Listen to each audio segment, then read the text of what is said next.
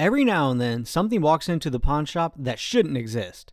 No expert was called, the condition was awful, and the story behind it might even be weirder than the item itself. But somehow it turned into a very profitable flip for Corey. Stick around to find out all about this deal and how much Corey ended up selling it for. A seller walks into the Gold and Silver pawn shop with a 1964 driver's license belonging to Johnny Cash. That's definitely a first. A true one of a kind. The seller says he got the license way back when he was in 6th grade, from another kid at school. And no, he doesn't know how that kid got it either. Chumlee jokingly suggests there might have been a schoolyard shakedown involved, but the seller denies any such thing. Still, you kind of have to wonder, did some parents have a prized piece of music memorabilia swiped so it could be traded for candy or a couple of pogs? Now, the license isn't in great condition. Creases, damage, general wear. But Corey doesn't even mention that, and honestly, he doesn't seem to care at all. It's Johnny Cash, it's 1964, that alone makes it interesting enough. I did a little digging and found a couple of comparables. A much more recent Johnny Cash license from the year 2000 sold for $6,600 back in 2004, but that one was pristine. Another comparable, a basic operator license, sold for $1,920.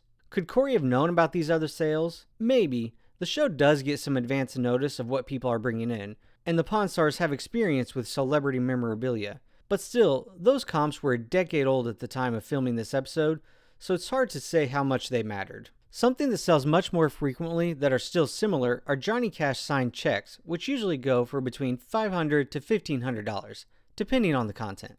The seller comes in asking $1,000. Corey does the usual. He praises Johnny Cash's fan base, acknowledging that it would probably sell pretty easily. But he still claims that $1,000 might be exactly what he could sell it for. So then he tries to buy it for $700. No dice. Then he bumps it up to $800. Still no movement from the seller. Eventually, Corey gives in and hands over the full $1,000. So, did the seller win? Definitely, but not nearly as much as Corey. The shop had the license beautifully framed with a period-appropriate photo and nameplate. It hit auction, only got 3 bids, but still managed to sell for $4,480. Sure, there are fees and framing costs, but Corey and the shop profited somewhere around $3,000. That's a nice little flip.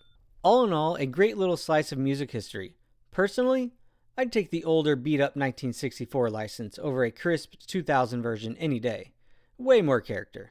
What about you? What would you have paid for this license at auction? And what are some of your other favorite pieces of celebrity memorabilia that you've seen on Pawn Stars?